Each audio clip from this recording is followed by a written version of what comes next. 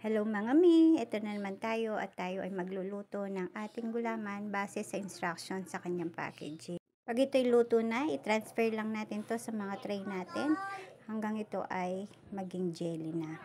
Habang pinapalamig na ang ating gulaman, magtimpla naman tayo dito ng ating Enjoy Milkshake Powder na strawberry flavor. Naglagay ako dyan ng 6 cups ng ating powder and then tunawin lang natin ito lahat sa ating maligamgam na tubig.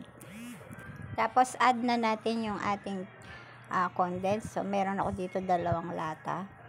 Tapos add na natin yung ating 3 liters of water. So total of 4 liters po lahat yung ating tubig. Set aside lang muna natin. And then balikan natin yung ating gulaman. Hiwa-hiwain lang natin to sa maliliit na cubes para magkasya po siya sa ating embudo.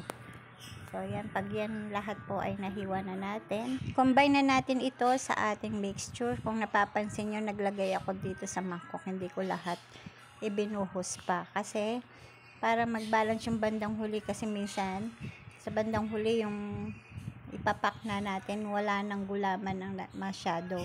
So, para mag-balance, hindi ko lahat muna ibubuhos dito sa ating mixture. Add lang kayo ng white sugar kung ayon sa panlasa po ninyo.